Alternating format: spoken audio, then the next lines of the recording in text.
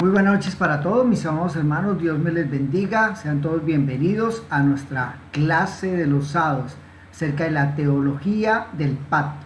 La semana pasada vimos acerca de la primera promesa de gracia que debemos tener siempre presente, y la cual hallamos en Génesis capítulo 3 versículo 15. Hoy vamos a ver entonces en nuestra secuencia de la teología del pacto lo que tiene que ver con el pacto con Noé. Así es que vamos a ubicarnos en Génesis, en el capítulo 6, los versículos 18 y 19, que va a ser como nuestro texto base para esta clase.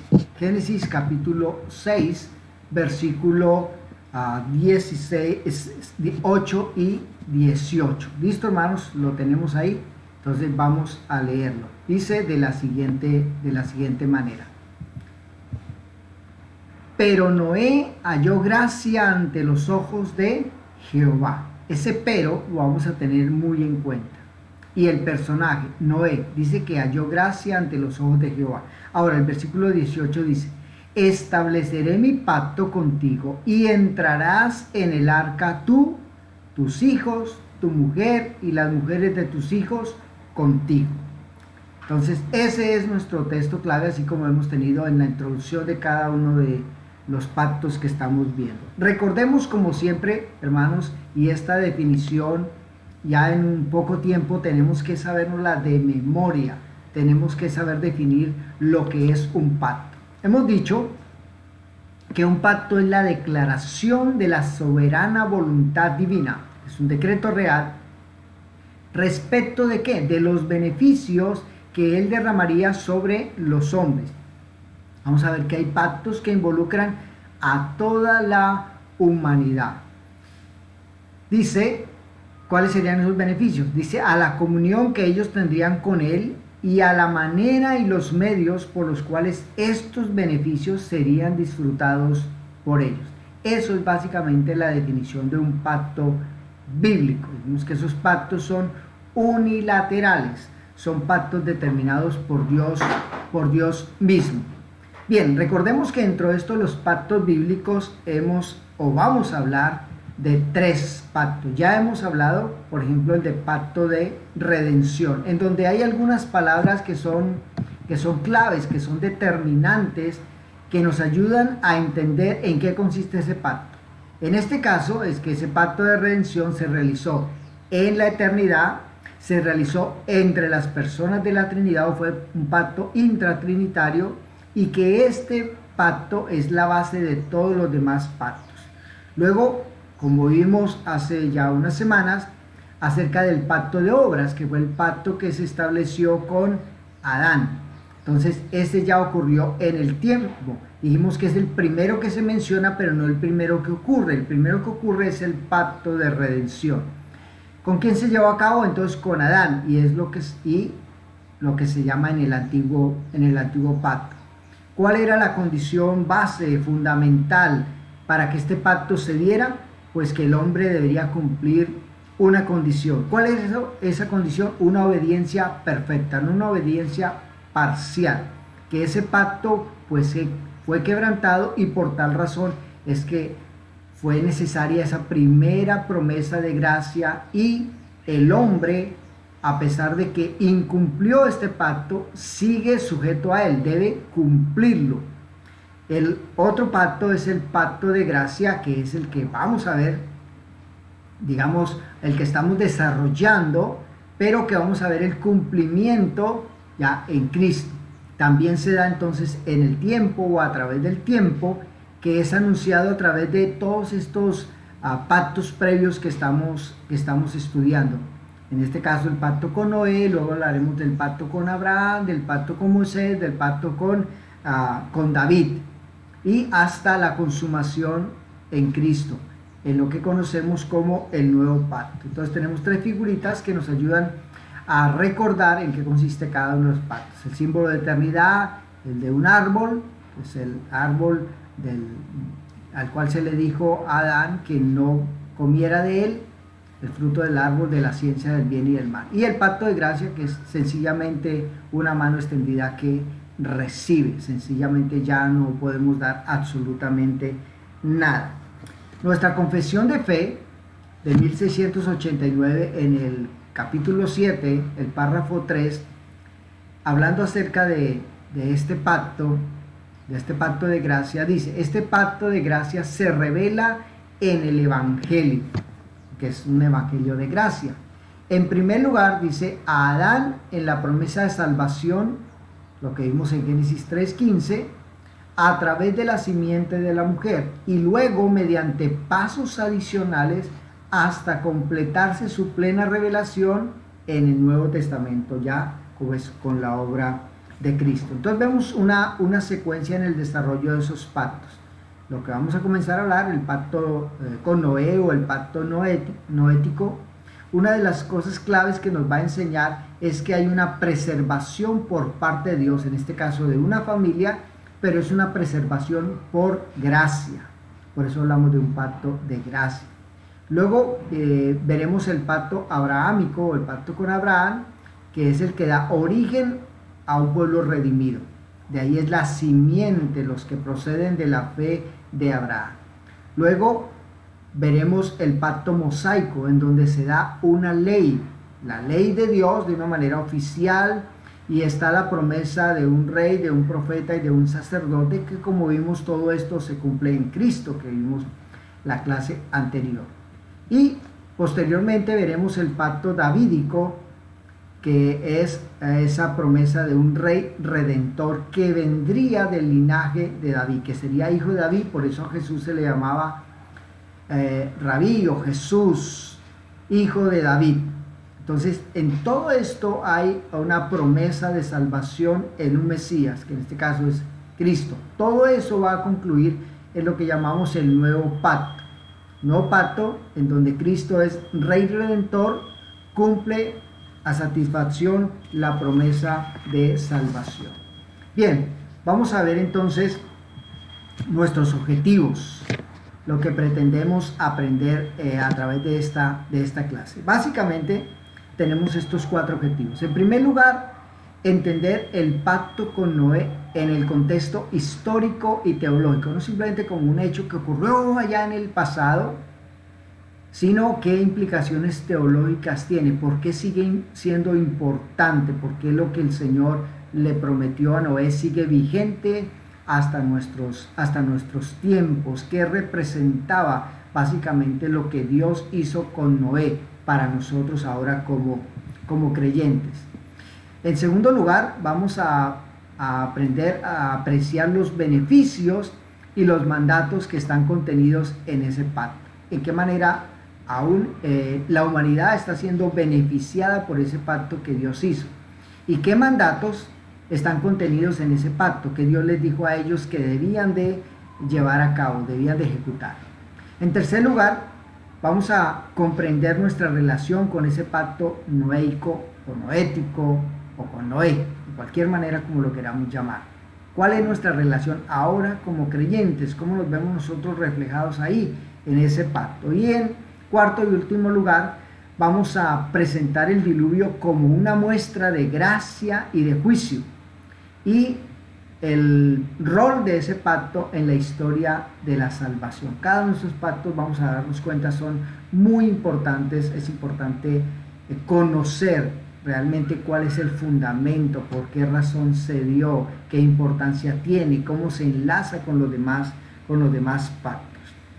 Ahora, cuando nosotros hablamos de Noé, normalmente la figura que nos viene o que se nos representa o que le enseñamos a los niños es algo así, como una caricatura de un viejito sonriente en un barco lleno de animalitos, y nos parece todo muy simpático, muy agradable, una historia como de fantasía, un viejito bonachón allá con sus animalitos en la barca. Esa normalmente es la imagen que la gente tiene cuando se habla acerca de Noé y del diluvio. Dice J.R. Williamson: la conocida historia de Noé y el diluvio a menudo es representada por la imagen de un hombre sonriente, rodeado de animalitos bonitos, diciendo adiós desde la cubierta de un pequeño bote.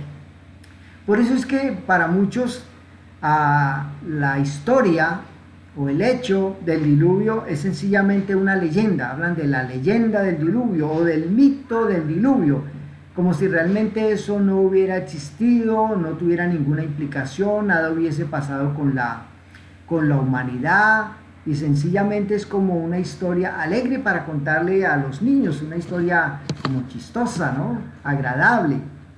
Pero realmente nos vamos a dar cuenta que eso está muy, muy lejos realmente de lo que esta historia realmente representa. Si nosotros vemos y conocemos la historia, los que hemos leído Génesis, nos damos cuenta lo que sucedió en ese momento, en ese tiempo, cómo fueron realmente millones de personas las que perecieron, las que no entraron en esa arca, las que murieron ahogadas, y cómo esa agua realmente cubrió absolutamente con todo el mundo conocido. Entonces, por eso dice también J.R. Williamson, difícilmente podría haber un contraste más opuesto al relato histórico que es. El relato bíblico del diluvio y el establecimiento del pacto de Dios con Noé nos muestra tanto un avance aterrador del día del juicio como una descripción maravillosa de la liberación en Cristo. Realmente fue un hecho trágico, no fue nada de qué alegrarse, no fue una historia alegre, realmente fue todo un drama para la humanidad, fue una total tragedia. Fue una de las cosas más terribles que han ocurrido en el mundo. Fue un castigo que no ha existido desde ese tiempo hasta este momento. Por eso, entonces vamos a ver el contexto histórico y teológico como vimos en uno de nuestros objetivos. Y una cosa importante de resaltar es que si usted mira todo el contenido de Génesis, la historia de Noé va desde el capítulo 6 hasta prácticamente el capítulo 10, que es donde se habla de la genealogía de Noé, que realmente es una buena porción de Génesis. De ahí su gran importancia, porque pareciera que para muchos la historia de Génesis salta desde Adán hasta Abraham, y se omite todo lo que sucedió con Noé, ¿sí? Como si eso realmente no fuera importante. Entonces, para enlazar lo que veníamos viendo, lo primero que tenemos que decir es que ese pacto de obras que se había establecido con Adán, pues fue quebrantado. Y ahora solamente había una condición, una manera, un medio para acercarse a Dios.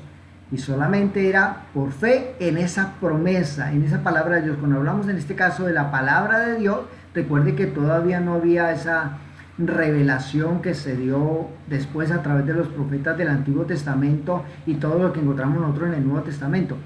¿Cuál era la base? ¿Cuál era la palabra de Dios en la cual ellos debían de confiar? Pues esa primera promesa de gracia de Génesis 3:15. Vendría entonces un liberador, vendría un Mesías, ¿sí?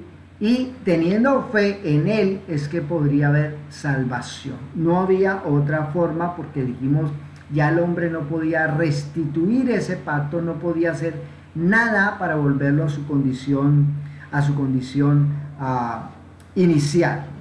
Bueno, otra cosa también importante que tenemos que tener en cuenta es que desde Adán hasta Abraham, cuando Dios se le manifiesta, le habla, se revela a él, le da una promesa, pareciera que toda esa gente hubiese vivido en la época de las cavernas para muchos, ¿no? En donde no eran personas como inteligentes, como que personas no capaces de entender, de comprender, de desarrollar, pero lo que vemos es algo totalmente diferente. Vemos personas construyendo ciudades, multiplicándose, realizando muchísimas labores, desarrollando diferentes artes, con un lenguaje a través del cual se podían obviamente comunicar. Y algo también súper importante en este caso, y es que ellos conocían su voluntad. De alguna manera, el trato de Dios para con ellos se había dado a conocer. Ellos sabían cómo debían acercarse a Dios, cómo debían de buscarle. No hay una explicación, no hay una narración que nos diga, Dios les dijo así, ahora sacrifiquen a mí de esta manera, acérquense a mí de eso. Pero está implícito. ¿Implícito de qué manera? Por ejemplo, cuando vemos la manera de los sacrificios, el sacrificio de Abel. ¿Por qué Abel sacrificó un animal y no trajo como Caín fruto del campo, ¿cierto? Obra de sus manos, sino un animal que fue acepto delante de Dios, no porque Dios tuviese un privilegio sobre él, sino porque él estaba haciendo las cosas conforme lo que Dios había demandado. ¿Cómo aprendieron ellos eso? Que para Dios eran agradables ese tipo de sacrificios, sacrificios de un cordero sin mancha, porque todo eso estaba simbolizando que un día eso se iba a cumplir, eso se iba a dar y que era necesario ese derramamiento de sangre. Tenía que haber ahí una revelación de esa voluntad de Dios y una obediencia a esa voluntad de Dios. También encontramos aquí otro personaje muy importante que es Enoc. Normalmente lo único que se menciona a veces de Enoc dice es que Enoc caminó con Dios y Dios se lo llevó, ¿sí? Pero de Enoc se dice que era un profeta que caminó con Dios. Recuerde que el profeta es esa voz de Dios para el pueblo. Y si dice que era un profeta, es porque estaba dando a conocer esa voluntad de Dios. Mire la manera como la Biblia nos habla de Enoc. Si vamos nosotros a Judas, libro de Judas, al penúltimo libro del Nuevo Testamento, los versículos 14 y 15, dice de la siguiente manera: de estos también, y cuando está hablando pues obviamente de los falsos profetas, de aquellos que se apartan de Dios, de aquellos que toman en vano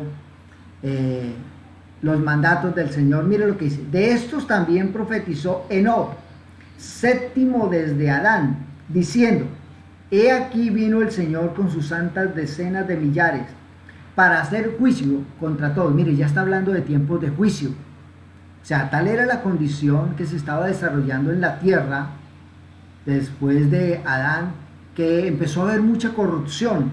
Y el profeta lo que hace es denunciar el pecado del pueblo, de la gente, y llamarlo al arrepentimiento. Y Enoc, mire, dice séptimo desde Adán.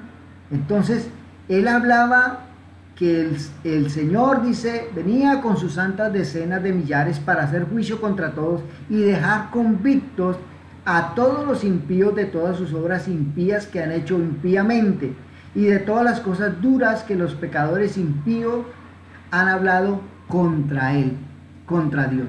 O sea, ya en ese tiempo había profeta de parte de Dios, y Enoc es reconocido como un profeta de Dios. O sea, Dios nunca dejó o nunca ha dejado al pueblo sin hablar, sin manifestar su voluntad. Otro texto también es muy importante, volviendo a Génesis en el capítulo 5, versículo 24. Con respecto a Enoc dice lo siguiente: caminó pues Enoc con Dios y desapareció, porque le llevó Dios. O sea, era un hombre obediente a Dios, temeroso de Dios. Y esto también, pues obviamente nos está hablando de una esperanza para que el que es fiel con Dios, en este caso, literalmente, Enoc fue llevado por el Señor, ¿sí? Fue traspuesto de este mundo. Lo que para nosotros, obviamente, no esperamos que eso nos suceda, pero sí esperamos que haya una resurrección, que seremos llevados para con el Señor. Y el Señor está mostrando entonces que a los que le aman, que a los que le temen, que a los que le obedecen, Él los llevará con Él, que a los que son fieles a Él. Entonces es importante para tener nosotros en cuenta. Ahora, una de las cosas que sucede con Enoc, y que ahí mismo en el capítulo 5, en el versículo 21, es que parte de su profecía tenía que ver aún con su misma familia. Aquí lo que nos dice la palabra es que él era una familia y que él engendró hijos. Y uno de sus hijos fue el conocido Matusalén. Mire lo que dice el versículo 21 del capítulo 5 de Génesis. Vivió Enoc 65 años, era un jovencito, y engendró a Matusalén. Y recuerde que los nombres tienen un significado muy especial en la palabra, o siempre han tenido un significado especial casi en todas las culturas, pero a veces Dios hacía que los profetas o ciertos hombres colocaran un nombre determinado a sus hijos como una señal para ese pueblo. Y Matusalén significa: cuando él muera, vendrá. Cuando él muera, vendrá. ¿Qué vendría? Y pues seguramente se estaba anunciando el diluvio, o se estaba anunciando que esas generaciones que iban a venir después, pues sus años ya no iban a ser tan prolongados. Recuerde que se habla de Matusalén como el hombre más antiguo sobre la tierra, que tuvo más edad. Otra cosa importante también para conocer que ese mundo, que esa gente que vivió en aquellos tiempos conocían de Dios, es que se hacía una diferencia entre animales limpios e inmundos. O sea, no todo se podía sacrificar, solamente eran unos animales aceptos y unos animales también que eran para el consumo que Dios había establecido, y otros que debían ser desechados. Pero también, al referirse a Noé, la manera como se refiere a él no era un viejito obediente que Dios le mandó construir un arca y él lo realizó. Mire la manera como se define a Noé en el Nuevo Testamento. Es el apóstol Pedro que, al mencionarlo, dice de él de la siguiente manera. En la segunda epístola del apóstol Pedro, capítulo 2, versículo 5. Y si no perdonó al mundo antiguo, del cual estamos hablando, sino que guardó a Noé, pregonero de justicia, se le llama pregonero de justicia, con otras 7 personas, trayendo el diluvio sobre el mundo de los impíos.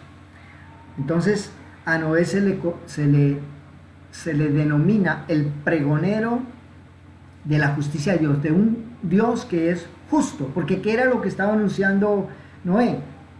Va a venir un juicio sobre la tierra, va a venir un juicio, y lo hizo durante muchos años, y empezó a construir un arca en un lugar donde no había mar, en unas condiciones donde pues no había llovido, y sin embargo él anuncia durante mucho tiempo una labor solitaria, una labor de muchísimos tiempos. Se le dice que él es un pregonero de justicia, era otro profeta de Dios en medio del pueblo. Pero vemos que realmente pues él hizo lo que Dios le mandó, aunque pues no vio frutos en medio de la gente a la cual se le estaba predicando. Otra cosa importante que nosotros podemos notar aquí dentro de este contexto histórico y teológico es el que se sigue desarrollando esa simiente de la serpiente, y que sigue habiendo un conflicto entre esa simiente y la simiente de la mujer.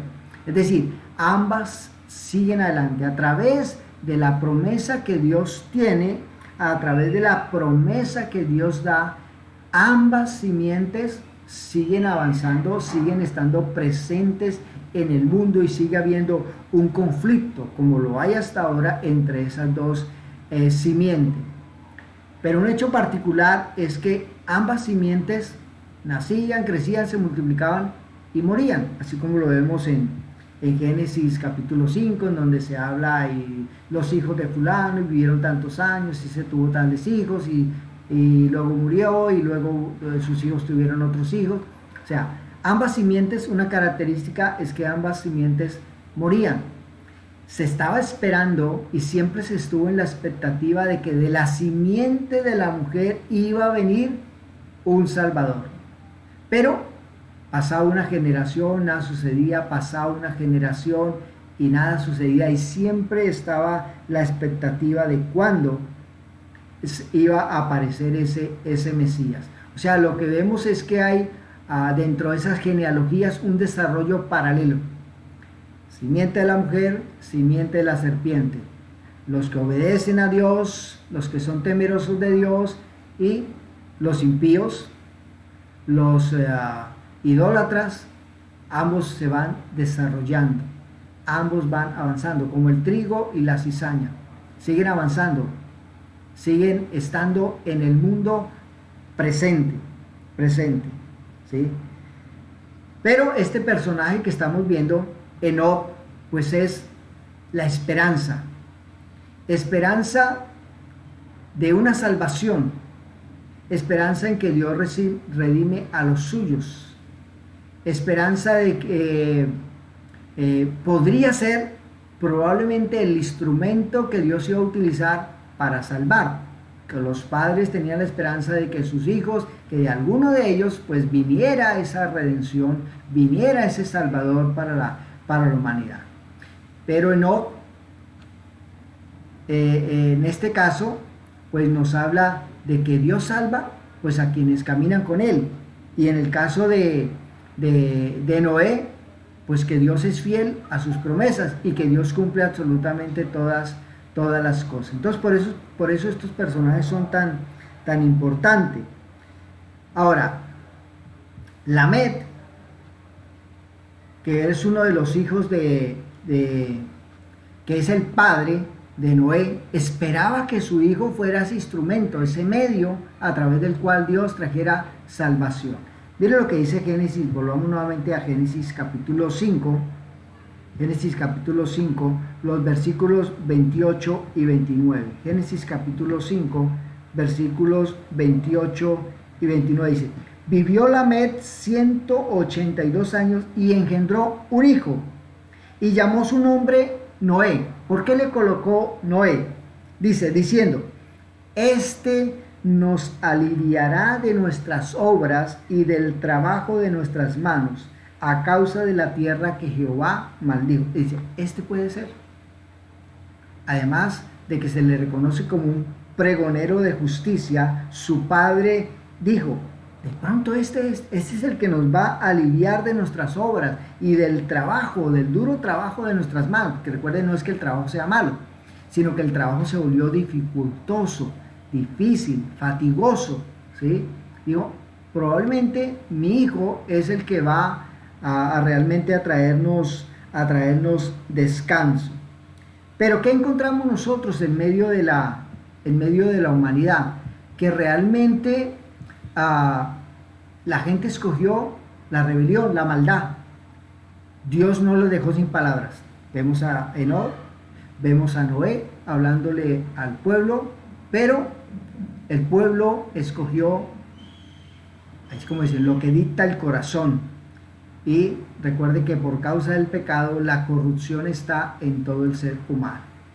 Vamos a Génesis capítulo 6 para ver esa descripción de la condición moral de la humanidad en ese momento. Génesis 6:5 dice: y vio Jehová que la maldad de los hombres era mucha en la tierra, y que todo designio de los pensamientos del corazón de ellos era de continuo solamente el mal. Eso es una descripción muy gráfica, y no la descripción de cualquier persona. Dice que vio Jehová que la maldad de los hombres era mucha, no dice poca, mucha en la tierra, y estamos hablando de miles de años atrás. Y que todo, no dice algunos, que todo designio de los pensamientos del corazón de ellos era de continuo solamente el mal. Ahora vamos al versículo 12. Dice: y miró Dios la tierra, y aquí que estaba corrompida. Al referirse a la tierra, estaba refiriendo pues a todos los seres humanos, porque toda carne había corrompido su camino sobre la tierra. Ahora, si esa es la descripción de la humanidad hace tantos años, imagínense lo que Dios diría de nuestra humanidad en nuestros tiempos. Es decir, que lo único que encontramos nosotros es que había una maldad al extremo. Y era una maldad universal. No dice algunos hombres de la tierra o estos pueblos, excepto aquellos otros, no. Es y toda la tierra, miró Dios la tierra, y aquí estaba corrompida, porque toda carne había corrompido su camino sobre la tierra. Entonces, en esa condición, ¿qué era lo mínimo que Dios podía derramar sobre la humanidad? Pues sencillamente un juicio sobre ella, ¿sí? Y vemos igualmente que también debido a esa maldad, a esa situación en la cual el hombre vivía, pues su existencia también fue acortada. Vamos a Génesis capítulo 6, versículo 3. Génesis 6, 3. Dice: y dijo Jehová, no contenderá mi espíritu con el hombre para siempre, porque ciertamente él es carne, mas serán sus días 120 años. Y aquí hay varias interpretaciones con respecto a este texto, que esa podría ser la edad cronológica del hombre, la edad máxima cronológica que el hombre podría ver, porque vemos que después de estas situaciones el hombre comienza a vivir mucho menos. Ya no vivía 400, 600, 700 años, sino empezó a disminuir. Ya se empieza a hablar de 100 algo de años, y posteriormente vamos a encontrar que si el hombre vive 70, 80 años, pues ya eso es una carga, no le es fácil, ¿sí? O también era una manera de advertir que en 120 años vendría una catástrofe, Dios destruiría a la humanidad, que también algunos entonces relacionan con el nombre del hijo de Enoc, con Matusalén, como le decía, cuando él muera vendrá. Y precisamente cuando muere Matusalén es que viene la parte del diluvio. Entonces, en ese contexto histórico, en donde la maldad es mucha sobre la tierra, en donde toda la tierra está corrompida, pues parecía que la simiente de la mujer había desaparecido, como ha sucedido a través de toda la historia. Es tanta la maldad que parece que la iglesia es inexistente, que la iglesia ya no está presente, que la iglesia ya no está sobre la tierra, que parece que ha sido eliminada, como en muchos lugares en donde se trata de extinguir cualquier rastro. Pero Dios siempre deja un remanente en medio de la maldad, deja ese faro en medio de la luz, esa sal que sazone la tierra, esa luz en el mundo. ¿Y qué encontramos entonces? ¿Por qué es tan importante ese personaje? Porque dice, como leímos al comienzo, que Noé halló gracia delante de los ojos de Dios. Por eso vemos que esos benditos peros en la Biblia son tan importantes. Solamente encontramos a Noé y su familia como los únicos fieles, aunque básicamente de quien se habla es de Noé. No conocemos la condición espiritual de su familia, pero él fue cobijado, su familia fue cobijada por esa promesa que Dios le da a él. Entonces aparecen como los únicos fieles, como la familia del loco. Entonces, bajo esa situación de maldad, de corrupción total, global en la tierra, pues obviamente Dios decreta juicio global. La paga del pecado sigue siendo obviamente la muerte. Y aquí encontramos el juicio que Dios establece sobre esa humanidad. Y lo encontramos en Génesis capítulo 6, versículo 6. Dice, y se arrepintió Jehová de haber hecho hombre en la tierra, y le dolió en su corazón. Ya nosotros entendemos lo que es la definición o por qué la palabra dice que se arrepintió, no en el sentido en que nosotros lo utilizamos, ¿no? De que la embarré, cometí un error, no debí de hacer esto, sino que es una manera de identificarse con nosotros. Así como a veces se utilizan antropomorfismos para que nosotros entendamos, ¿sí? Aquí, pues, obviamente, más propiamente lo que se utiliza es un antropopatismo, o sea, una emoción, un sentimiento, no porque Dios tenga ese tipo de emociones o viva esas emociones, sino para hacernos entender que obviamente Dios decidió cambiar el curso de las cosas, aunque ya lo tenía obviamente previsto, por causa de la maldad del ser humano, por causa del olvido de esa humanidad hacia Él. Obviamente Él lo sabía, Él lo había permitido. Pero ¿cómo lo podemos entender? Pues a través de esta expresión, que Él se había arrepentido de haber hecho al hombre en la tierra, que le había dolido en su corazón. Ahora, ¿cuál es el énfasis aquí? Pues el énfasis está en que el pecado contradice pues totalmente, plenamente el propósito de ser creado y la misión que se le dio al ser humano. ¿Cuál es el propósito del ser humano? Glorificar a Dios, honrar a Dios, conocer a Dios. Entonces, el pecado contradice ese propósito. ¿Para qué creó Dios? Pues para tener comunión con Él, para ser bendecido con Él, para que el hombre le conociera, le honrara, para que el hombre pudiera desarrollarse plenamente en todas las áreas de su vida. Ese propósito se perdió por causa del pecado. La misión del ser humano de sojuzgar la tierra, de hacerla, de cultivarla, de gobernarla, todo eso se perdió. Entonces, obviamente Dios dice, esta humanidad voy a eliminarla, voy a quitarla de sobre la faz de la tierra. Y el juicio de Dios, pues es a través de un cataclismo mundial, el diluvio universal, que el agua cubriera totalmente toda la tierra y todo ser viviente muriera por causa de esta inundación. Entonces, si volvemos a la imagen que vimos de Noé al comienzo, como ese viejito en el arca, realmente el diluvio nos dice que merecemos ser destruidos por Dios debido a nuestro pecado. Eso es básicamente el mensaje del diluvio. El hombre merece ser destruido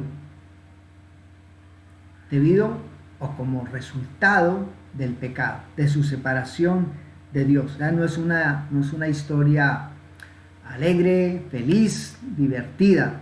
No, es una tragedia universal.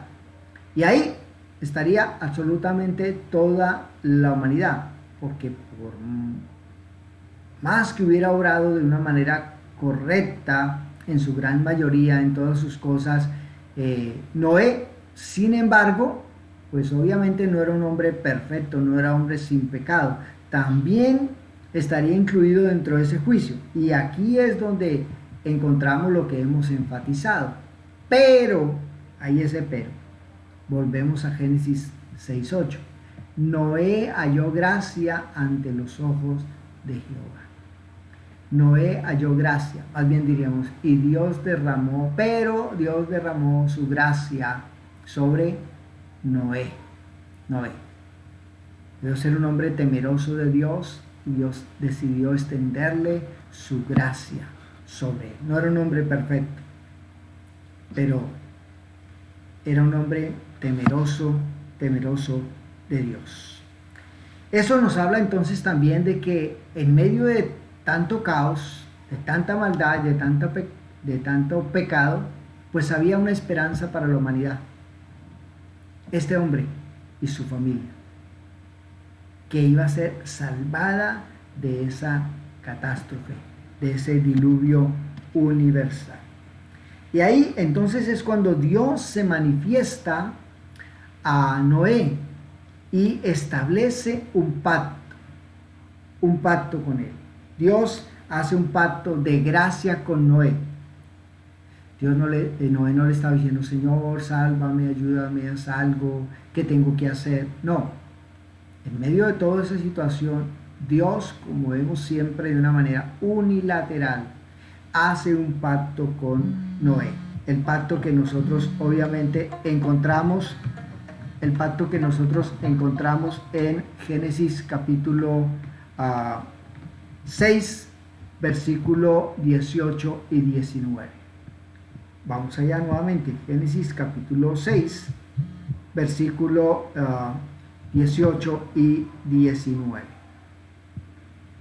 Entonces ya estamos al pacto establecido. Dice, mas estableceré mi pacto contigo y entrarás en el arca. Entonces establece que hay que construir un arca.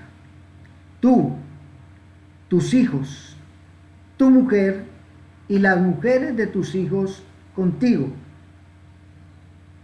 Y de todo lo que vive, de toda carne, 2 de cada especie meterás en el arca, para que tengan vida contigo. Macho y hembra serán. Macho y hembra. Entonces, ¿qué se establece? Salvación para él, para su familia directa, dice sus hijos y las mujeres de sus hijos, y los animales que iban a entrar en el arca. Por eso se habla de todo ser viviente, ¿sí? De todo ser viviente, para que tengan vida contigo, ¿sí? Esta es la primera ocasión en que aparece la palabra pacto o berit en la Biblia. La primera vez que aparece ese término. Estableceré mi pacto contigo, ¿sí? Porque como dijimos anteriormente, Lamed estaba esperando que la redención viniera, obviamente, a través de Noé. De alguna manera, eso fue muy significativo. No es porque él iba a ser el Mesías, sino porque era la simiente que iba a ser preservada,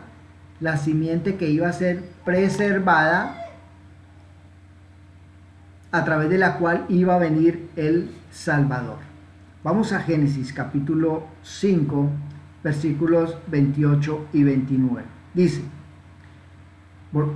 el texto que leímos hace un momento: vivió Lamed 182 años y engendró un hijo, llamó su nombre Noé, diciendo, este nos aliviará de nuestras obras y del trabajo de nuestras manos, a causa de la tierra que Jehová maldijo. ¿Para quién se hizo efectivo realmente este cuidado, esta protección, esta liberación, este alivio? Simplemente para él, para Noé y para su familia más cercana, ¿sí? Y pues aquí lo que encontramos también es un acto significativo de parte de Noé, y es que Noé obedece a Dios. Eso era una total locura lo que Dios le mandó a hacer a él, la construcción de un arca, ¿sí? Y todo el tiempo que él duró elaborándola, ¿sí? Mire lo que dice y la manera como se le reconoce a Noé como esos grandes héroes de la fe. Se le menciona en Hebreos, en el capítulo 11, versículo 7. Y al referirse a él, dice la palabra, por la fe Noé, cuando fue advertido por Dios acerca de cosas que aún no se veían. Mire, voy a destruir esta humanidad. Construye un arca. Eso nadie se lo pudiera imaginar, ¿sí? Que tal hecho fuera a acontecer. ¿Cuándo? No se sabía. ¿De qué forma? Tampoco. ¿Cómo así que un arca cuando no hay lluvia, cuando no hay mar cerca? Dice, con temor preparó el arca en que su casa se salvase, y por esa fe condenó al mundo y fue hecho heredero de la justicia que viene por la fe. Ya se nos está hablando de la justificación por la fe. No fue salvo por las obras.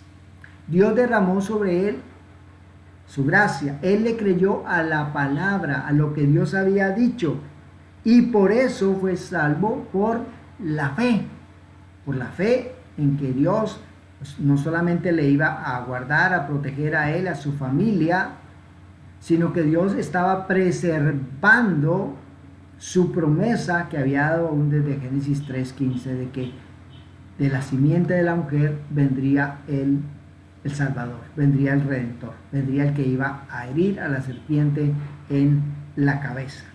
En Génesis capítulo 7, versículo 5, Génesis capítulo 7, versículo 5, dice la palabra: e hizo Noé conforme a todo lo que le mandó Jehová. Hizo todo. Entra tú, tu familia, tu esposa, tus hijos, la esposa de tus hijos, los animales. Y dice que hizo Noé todo lo que Dios le había mandado, ¿sí? Y dentro de eso pues estaba la construcción del arca, que nosotros sabemos que pues eso llevó bastante tiempo, y mientras él lo hacía, era ese pregonero de justicia, ese predicador que hablaba de un juicio: arrepiéntanse, venga, porque va a haber un diluvio. Y a veces poco nos hemos puesto en el lugar de Noé. ¿Cuál era su condición en medio de un mundo tan impío? Sencillamente ser llamado el loco del arca. ¿Un arca? ¿Un arca para qué? Si aquí nunca ha llovido, no conocemos ni siquiera la lluvia. Un arca con esas dimensiones, ¿lo que va a llevar ahí? Y usted esté perdiendo tiempo trabajando ahí, ¿sí? Y algo significativo es que, aunque ya Dios le había dicho que era para él y para su familia, es que no hubo convertidos. 120 años predicando y no hubo convertidos. Nadie se volvió a Dios de toda esta gente, de todos los que habitaban allí, de todos los que escucharon ese mensaje. También nos recuerda textos como: muchos son los llamados y pocos los escogidos, ¿sí? Porque mucha gente escuchó ese mensaje, escuchó ese llamado, escuchó cómo Dios les invitaba a volverse, a arrepentirse, era pregonero de esa justicia de Dios. Sin embargo, no encontramos nosotros que hubiese ningún convertido, excepto pues su familia, los que Dios prometió que iba a salvar. Y pues parte de ese ejercicio de la fe y de su obediencia era entrar en el arca. Bueno, cuando usted entre, empiezo yo a desatar aquí abrir las fuentes de las aguas. Bueno, pues vamos a entrar a ver. Pero pues esto no tiene ningún sentido, pero bueno, si el Señor lo manda, pues lo vamos a realizar. Bien, vamos a tratar de avanzar un poquito más y vamos a ver algo de los beneficios del pacto. En primer lugar, el primer beneficio es la salvación de Noé. Noé es salvo, pero aquí no estamos hablando de una salvación en el sentido de ser lavado de los pecados, de vida eterna, que creemos pues obviamente que él fue un fiel creyente del Señor, sino de una preservación de la vida, ¿sí? Pues básicamente porque Dios decidió derramar su gracia sobre él, ¿sí? Fue una salvación por gracia, una preservación que en este caso fue una preservación de la vida física. Nuestra salvación tiene un alcance mayor. Nuestra salvación tiene que ver no solamente con nuestra vida física, porque pues obviamente vamos a tener un cuerpo resucitado, sino una salvación de nuestra alma, ¿sí? Y volvemos al texto de Hebreos 11:7. Él creyó y por tal razón obedeció a Dios. Entonces vemos la fe de Abraham junto a los grandes hombres de fe de toda la historia bíblica, ¿sí? Dice que por esa fe él no fue condenado junto con el mundo, sino que heredó la justicia, heredó la justificación, salvos por fe, ¿sí? justificados por medio de la fe. Además, el pueblo de Dios, la simiente de la mujer, pues fue preservada. Si toda la humanidad hubiese perecido, pues obviamente, ¿de dónde vendría el Salvador? ¿De dónde vendría la simiente de la mujer? ¿Sí? Entonces, esa promesa de una simiente plural de la mujer puede seguir vigente. La humanidad se va a seguir reproduciendo, se va a seguir multiplicando. ¿Sí? Van a haber muchas generaciones, van a haber muchas familias, por eso hablamos de una simiente plural, va a seguir vigente. ¿Sí? No de todas esas líneas iba a venir el Salvador, solamente, obviamente, de una. Pero en medio de todas ellas, pues es de esas familias, recordemos que sus hijos, Sem, Can y Jafet, ¿sí? Solamente de uno de ellos es que iba a venir el linaje del Salvador. Y la familia que es preservada, ¿sí? Como ese linaje escogido, pues es la familia de Sem.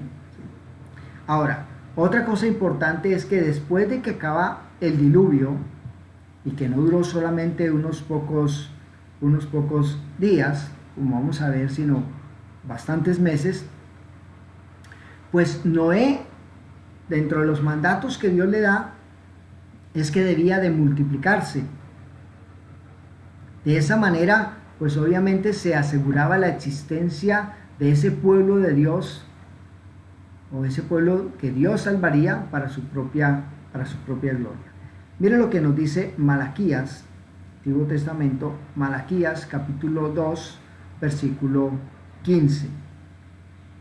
Dice: ¿no hizo él uno, habiendo en él abundancia de espíritu? ¿Y por qué uno? Porque buscaba una descendencia para Dios. Guardaos pues en vuestro espíritu y no seáis desleales para con la mujer de vuestra juventud. Bueno, hay otras exhortaciones, sino aquí se enfatiza que Dios siempre ha buscado una descendencia para Él, una descendencia para Él, una descendencia salvada por gracia, preservada por gracia. Dios siempre se ha asegurado de que, o se aseguró de que hubiese un linaje a través del cual vendría el Mesías, así como ahora hablamos de la preservación de los santos, que somos guardados en medio de esta generación maligna y perversa, porque Dios desea un pueblo para su propia gloria. Entonces, eso lo vemos ejemplificado pues en lo que ha sucedido, o en la que sucedió en cada una de estas familias a través de la historia de la humanidad.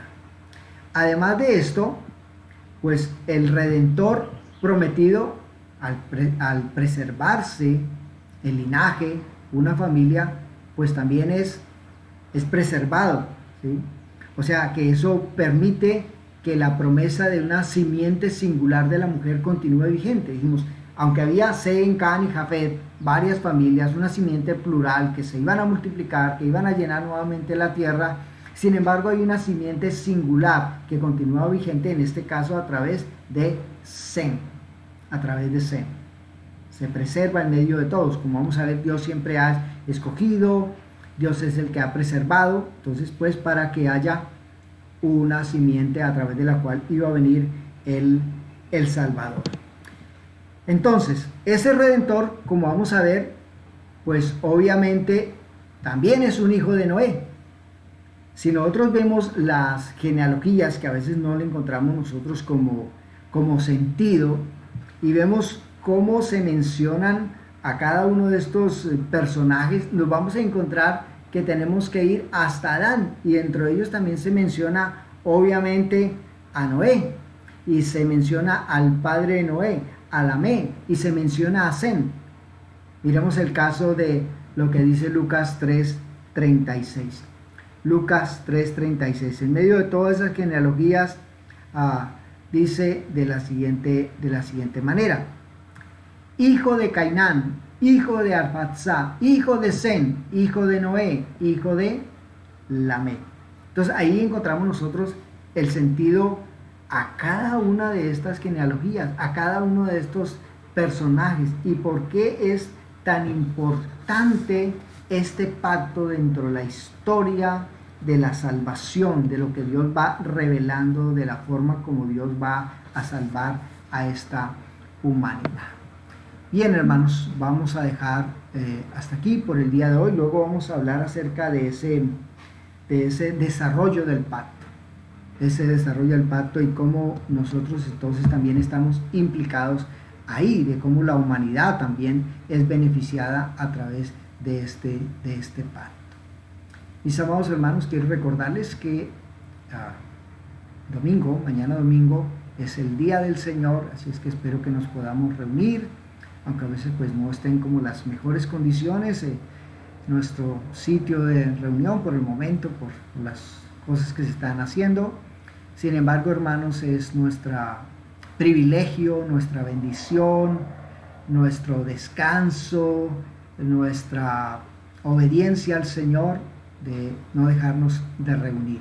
Así es que les esperamos, hermanos, para que juntos podamos orar, interceder por nuestros hermanos. Algunos están pasando pues momentos bastante difíciles de pérdida, entonces para que estemos orando, nos estemos uniendo, lo estemos respaldando y que el Señor nos ayude pues a aprovechar este privilegio que tenemos de acercarnos, de estudiar la palabra.